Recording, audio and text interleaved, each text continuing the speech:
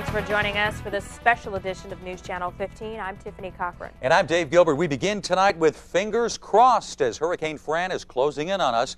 Now, the first sign of hurricane came last week, and it gradually picked up strength, now being compared to Hurricane Hugo, which devastated our state back in 1989. Not quite the strength of Hurricane Hugo. You may remember that Hurricane Hugo at landfall had sustained winds of 135 miles per hour. With this particular hurricane, we're maintaining 115 miles per hour. But just like Hurricane Hugo, it still has the Gulf Stream to cross, and that will most likely increase the strength even further, perhaps up to Category 4 strength, although right now we think just probably a Category 3. Also fairly light winds, but when we're talking about very intense winds, no doubt around the eye right here is where you find most of the very intense winds. Take a look out here right now at the ocean. The waves are just incredible out here right now.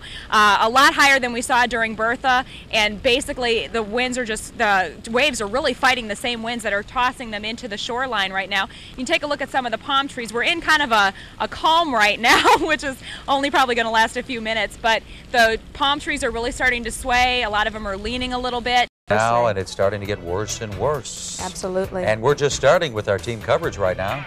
That's right. We leave you now with a look at the Fran hotline numbers. We'll be right back. Keep it right here on News Channel 15.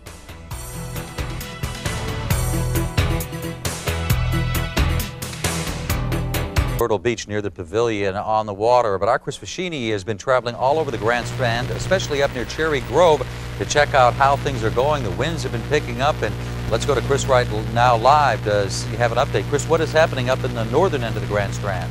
Well, Dave, as you said, the wind's really starting to pick up out here now. It's really not safe to be out here. As you know, our crews were all over the Horry County area today checking out what the storm was doing up north.